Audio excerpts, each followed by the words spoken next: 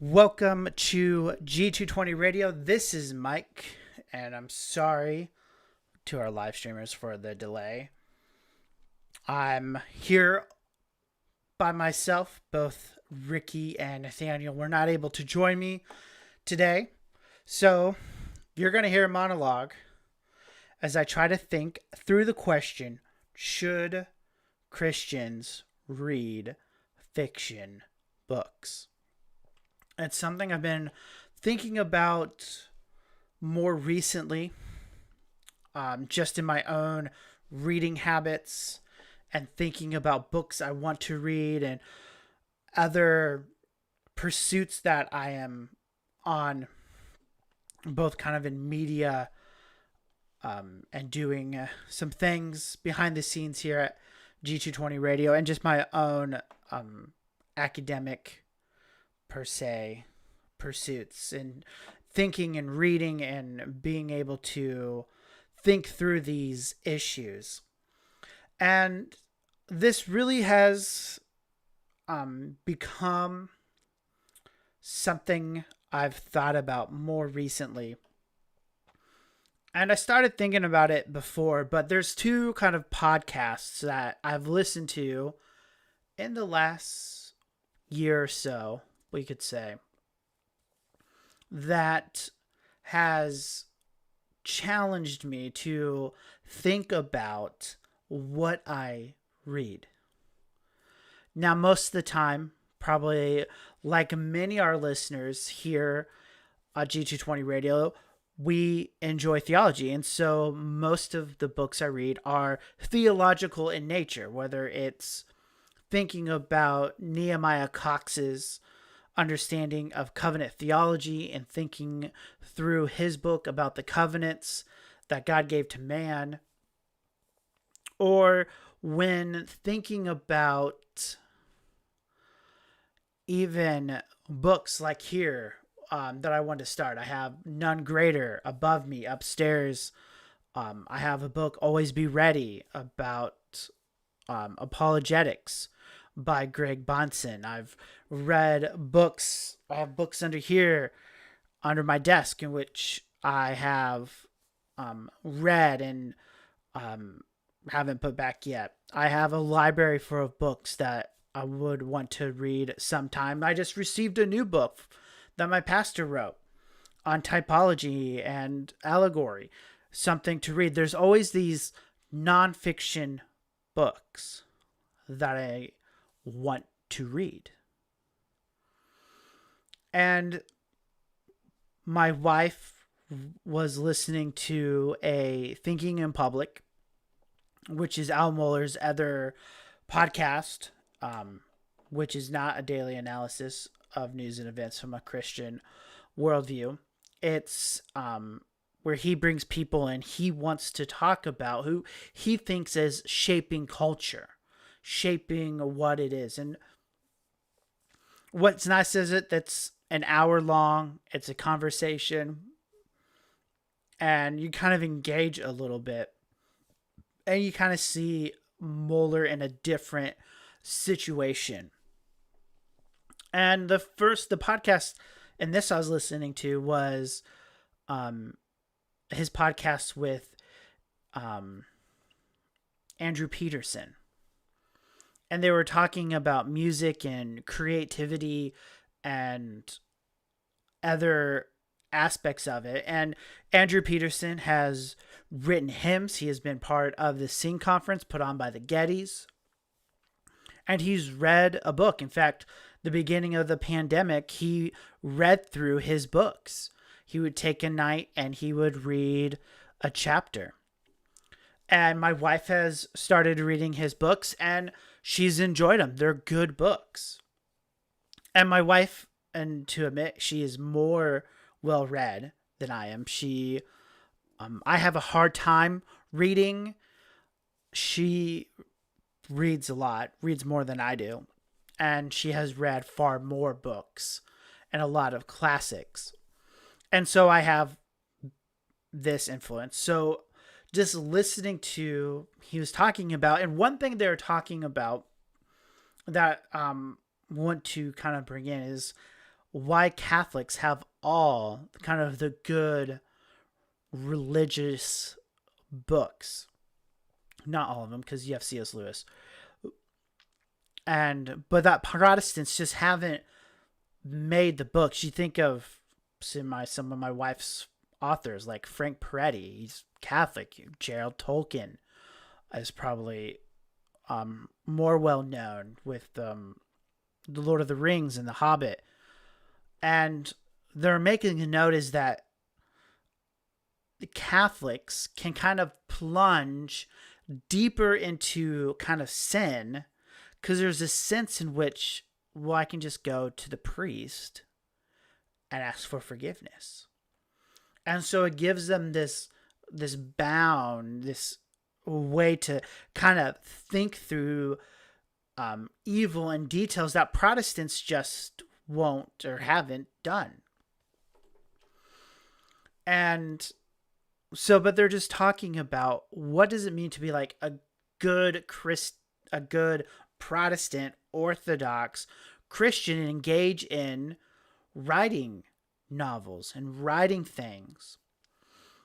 And so that first got me thinking, maybe I should read more fiction books. Maybe that's something I should do. Because there's a way in which stories can communicate and to pull feelings when they're done well that nonfictions can't. And this comes even more light with a more modern or more recent podcast on the Credo podcast by Matthew Barrett. He's a professor of theology at Midwestern. He has his PhD from Southern, and he was interviewing a C.S. Lewis scholar from Houston Baptist, and he's an English professor. And one thing that has kind of gripped me, and I've thought about it, is that his guest, Louis Marco, I think is his name, made the comment is that those who only read nonfiction books are stuck in the Enlightenment. And to hear that is kind of difficult to neglect. And here's why. What comes with the Enlightenment is this idea of science and reason and this rule. And really kind of this, it's all about reason and empirical facts. And we think of the scientism of the day that rules an atheistic worldview or even an agnostic worldview. And with Darwinism, just you'll hear it, and we had a guest. Just tell me, give me a reason to believe the Bible don't include faith. Just give me empirical evidence. And so what this guest was trying to say is that those who only read nonfiction books only seek the evidence. They only want kind of the empirical data, and his point becomes even more poignant when he says is that they lose the idea of beauty and truth.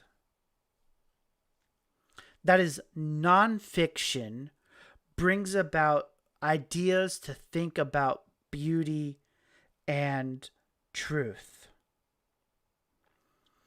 And this really kind of got me to think is, should we as Christians read nonfiction books? Should we bring in the diet of our reading not just Christian nonfiction books or fiction books, but even pagan and non-Christian, or those who maybe we would declare outside of orthodoxy, should we be reading their books? Now the guest on the Credo podcast is advocating, yes, that is kind of the idea. You read good books, but you read books that are not necessarily Christian. And one point he was talking about how he has had more thoughts about God while reading books written by pagans. And he fleshes that out by saying is that it's not that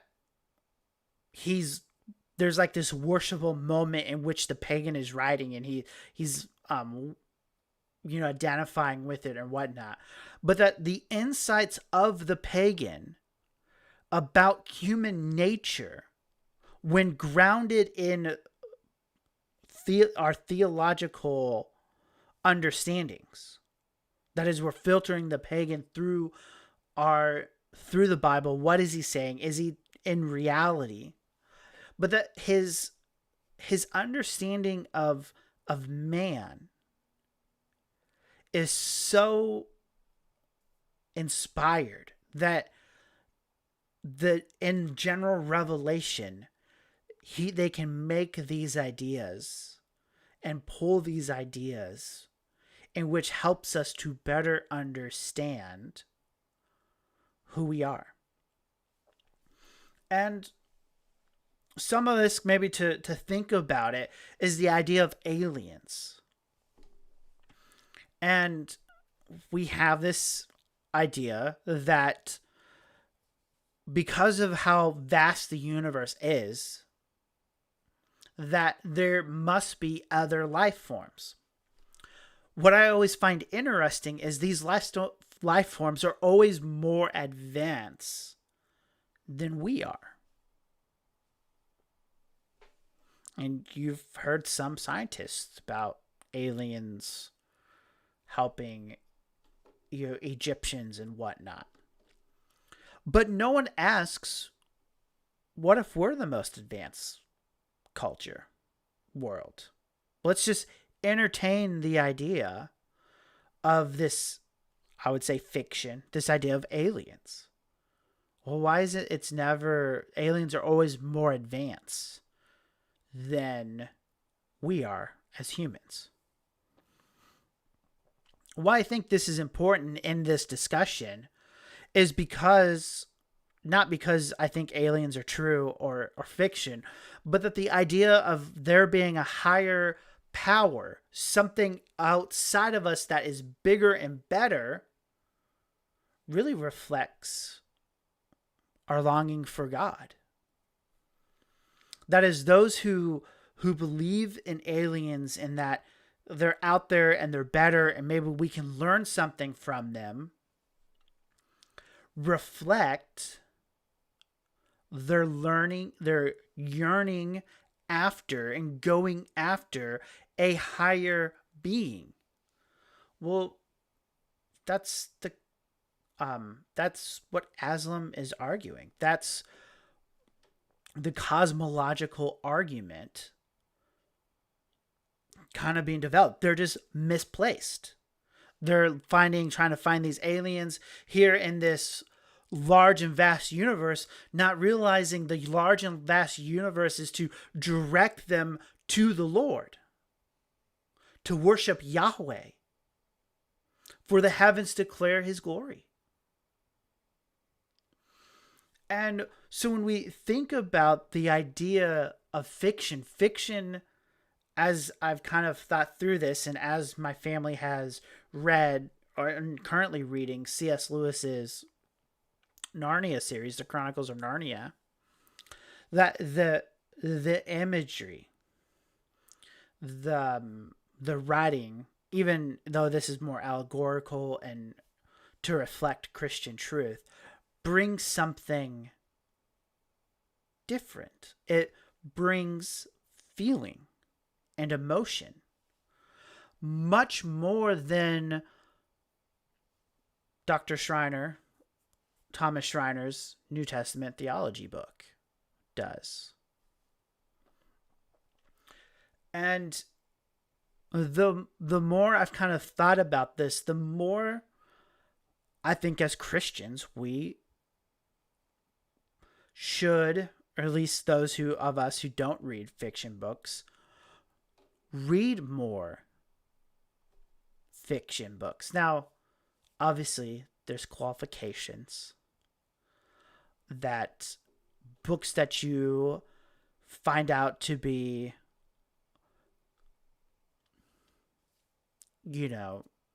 causing you to stumble, maybe to go ahead and not read,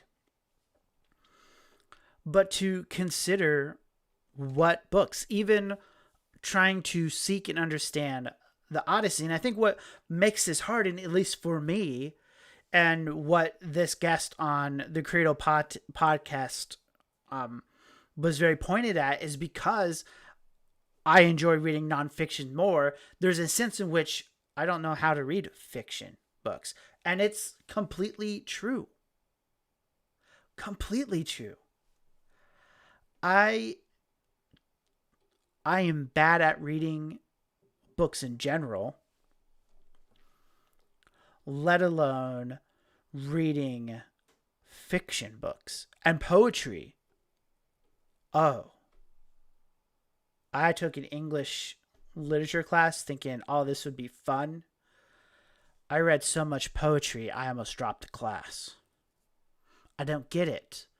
A tree is a tree. What do you mean a tree means something sturdy, something strong and timeless?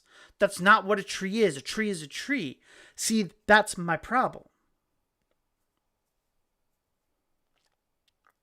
That reading the poetry in such a way, I misunderstand it. And this becomes even more of a problem when you think about all the poetry that is written in the Bible.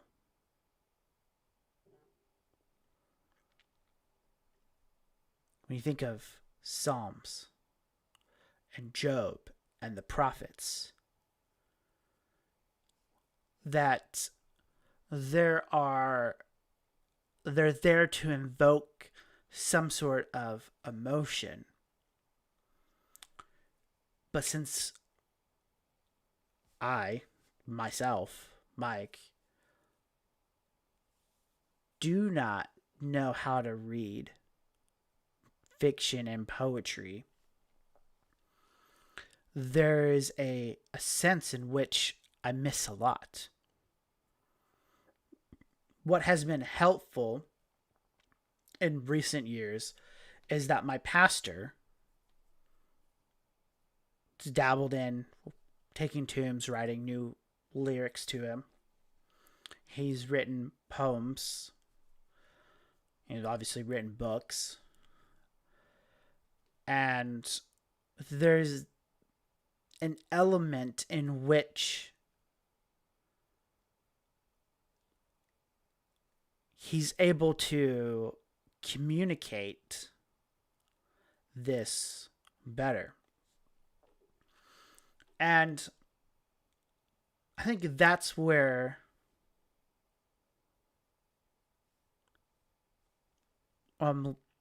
it's hard. Now, to introduce some fiction, my wife and I have been listening to Don Quixote, the Spanish novel. And it's funny. It has quirks.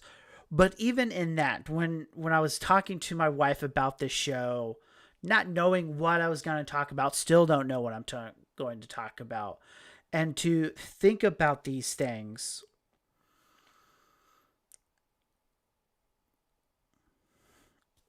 it's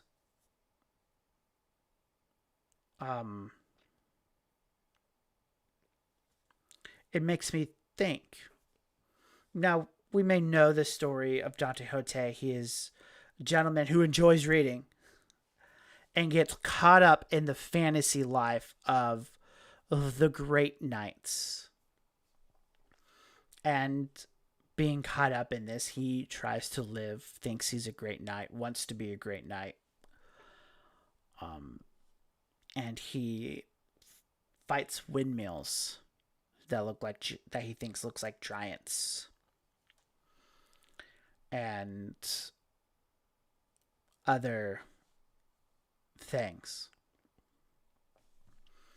And it's been enjoyable. But as I think about it now, as I think through it, there are things that kind of relate to even this topic. There's a scene in which a priest and a barber are in his library, and they are just talking about the impacts of books. They're trying to kind of get rid of these books about knights because of Don Quixote kind of delusion he lives in. And what the conversation back and forth is talking about, well, we can get rid of this one because of maybe these things. Oh, but keep this one because it has these things that are good to learn and to think through. And I think when I consider the fact I don't read fiction as much as maybe I should, I don't consider even the great Greek myths or even reading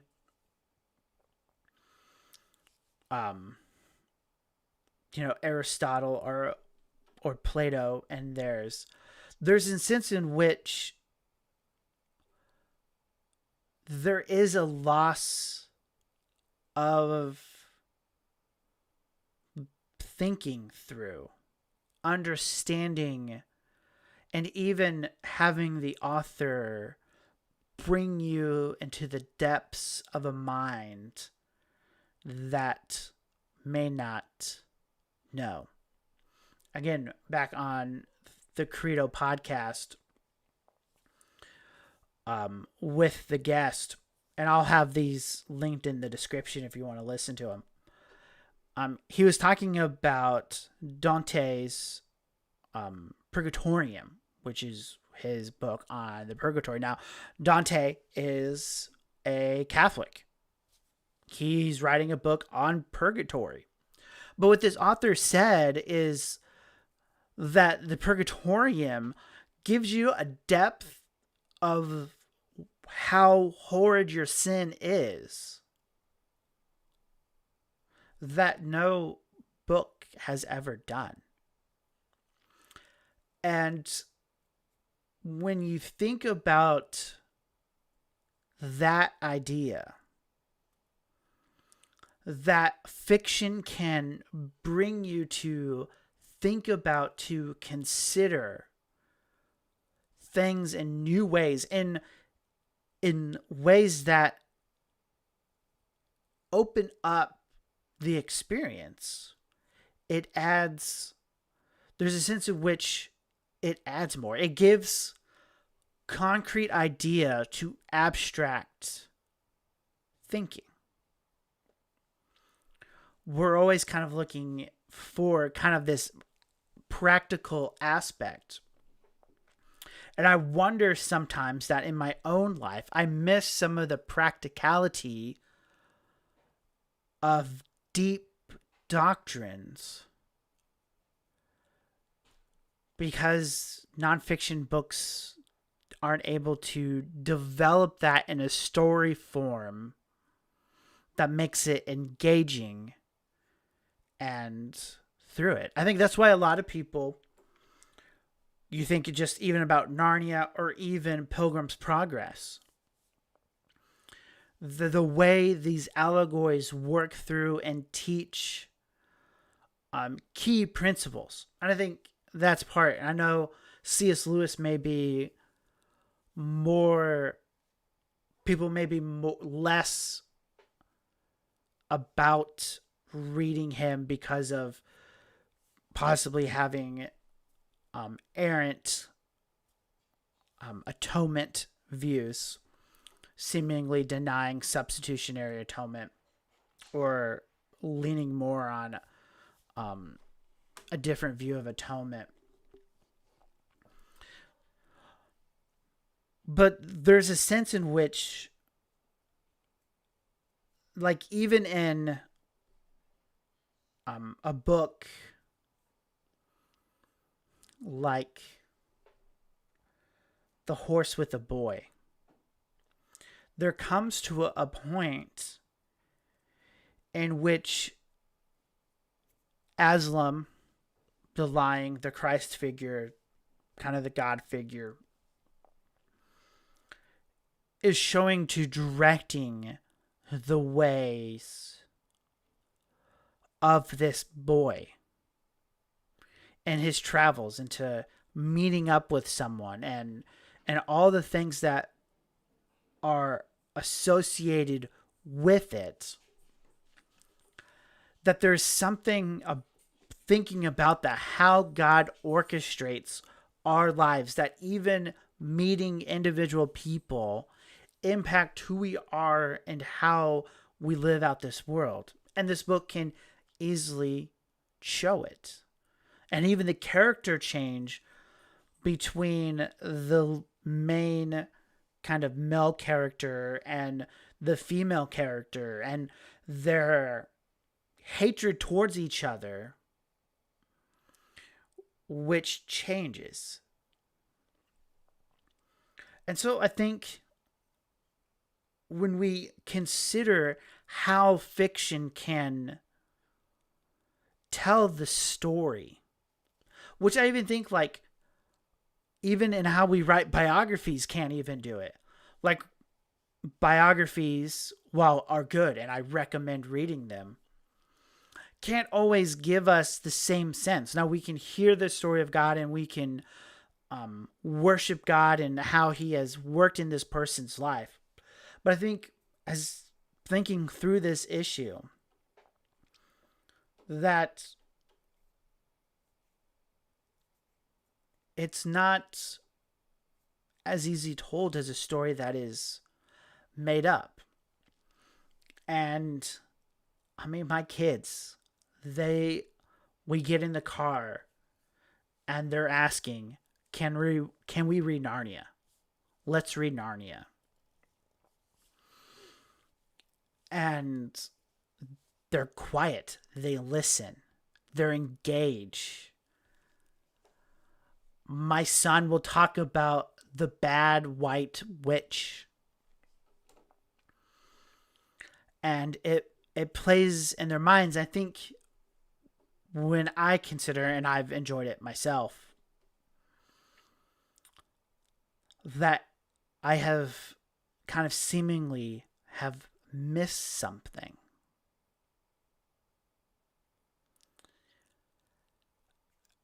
And I think that's what convicts the most. You know, there's a sense when we say all truth is God's truth, which means that when we read books that help us to better understand God's world, even from a different perspective, even if it's Crime and Punishment, a Russian novel, where we can see and better understand the world. Now, does that displace what the Bible and bring it in? No, obviously it doesn't, because those books have to be filtered through a worldview, and that worldview comes from studying and understanding the Bible. So this isn't neglecting the Bible to find other sources to tell me things. No, the Bible gives me the framework to think about these things and to consider what is going on and how this author is striking a chord. I think movies kind of have a similar aspect. And to be honest, I'm not a big movie guy. Surprise, surprise. I not much to sit for 2 hours watching a movie. I don't watch a lot of TV to begin with, even sitcoms. But there are, I think,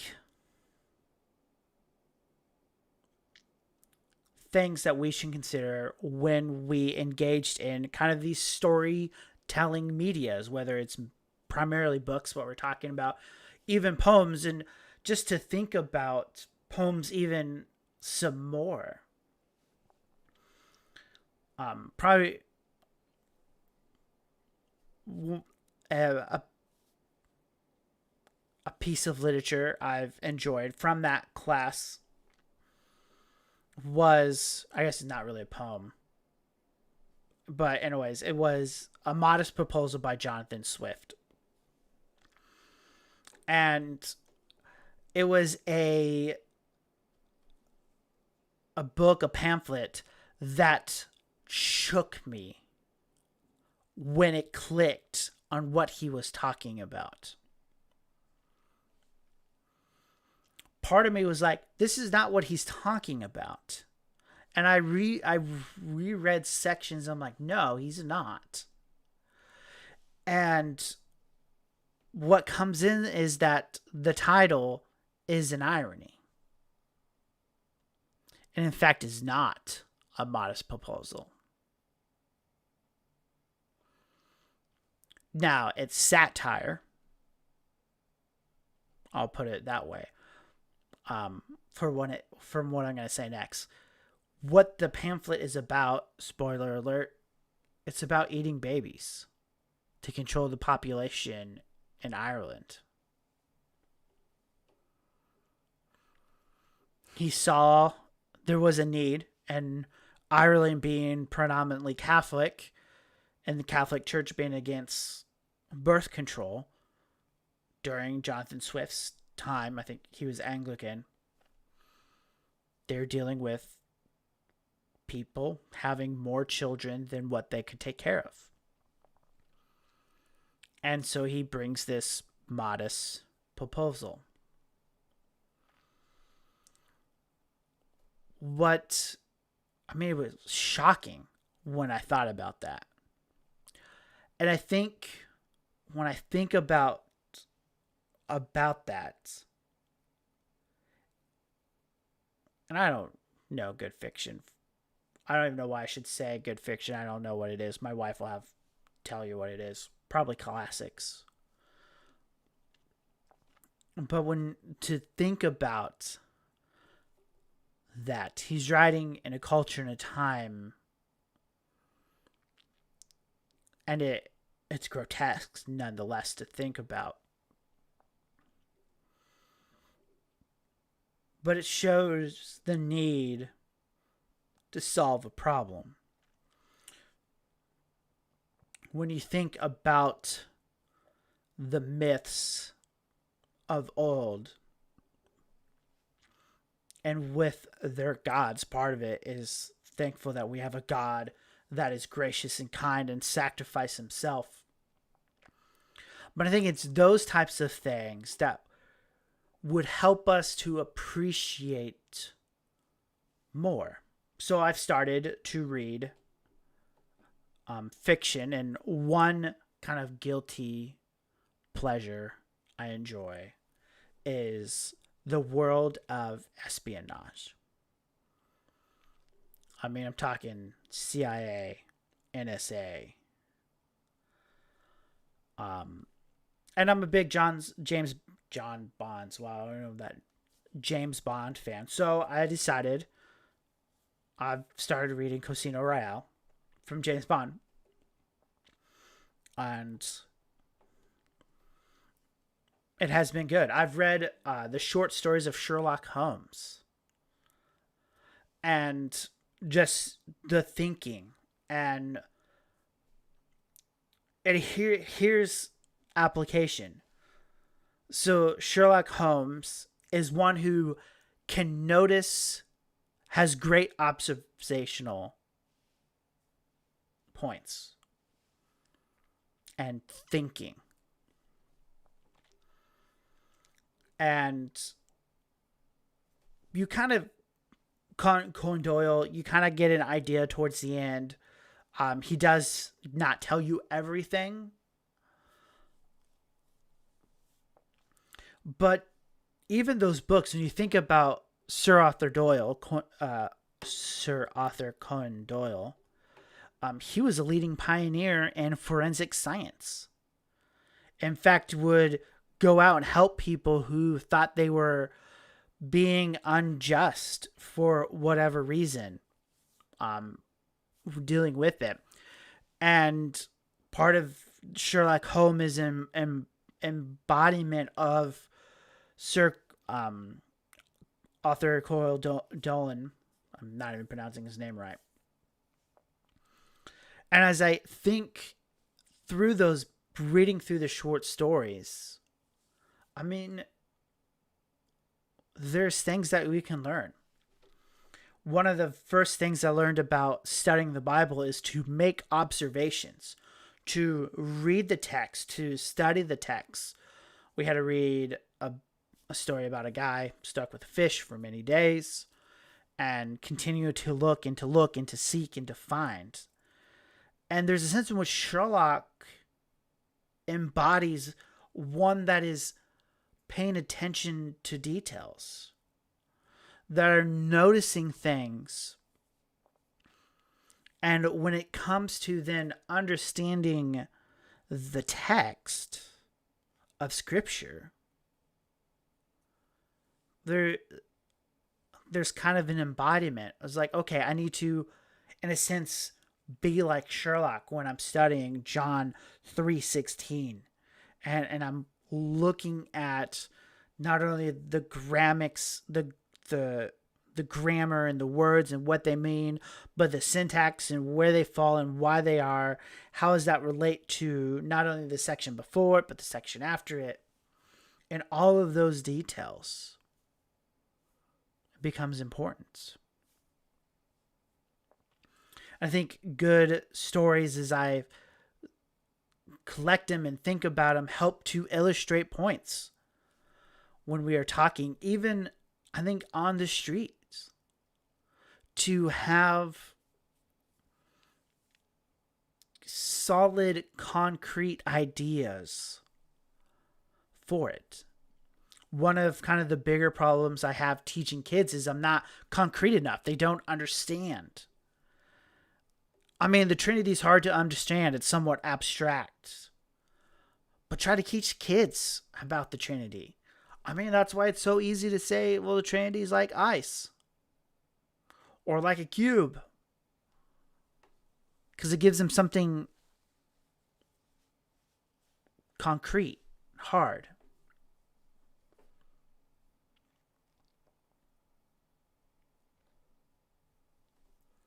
And so the answer, should Christians read fiction books? I may have not been as emphatic yes,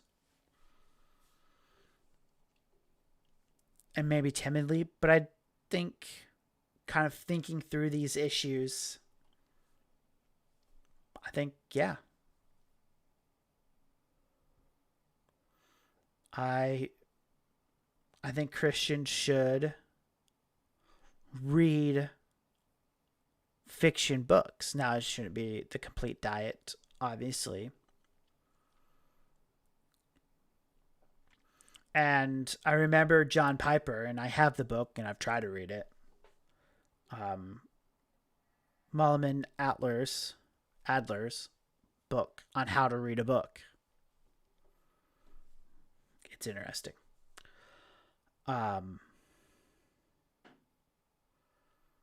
But how had that changed his point? And what's nice about Adler and what I've read is the developing that skill. And so here on episode 449, short episode, you're considering, should Christians read fiction books? And I think we should say yes, we should.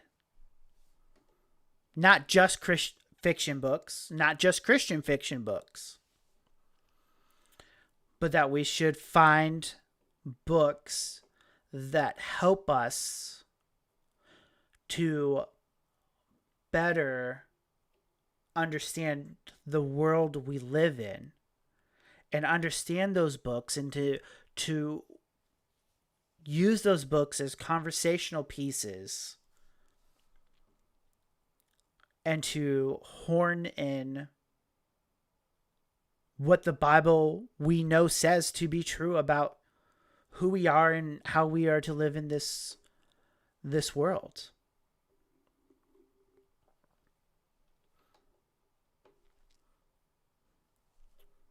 And so,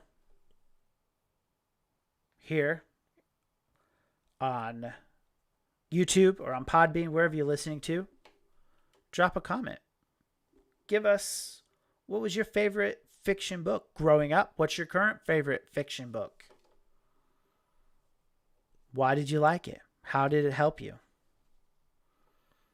Join us next week here at 9 p.m. for another episode of G220 Radio. For Ricky and Nathaniel, who could not be here, my name is Mike. Enjoy this short episode, and we'll catch you next week on G220 Radio.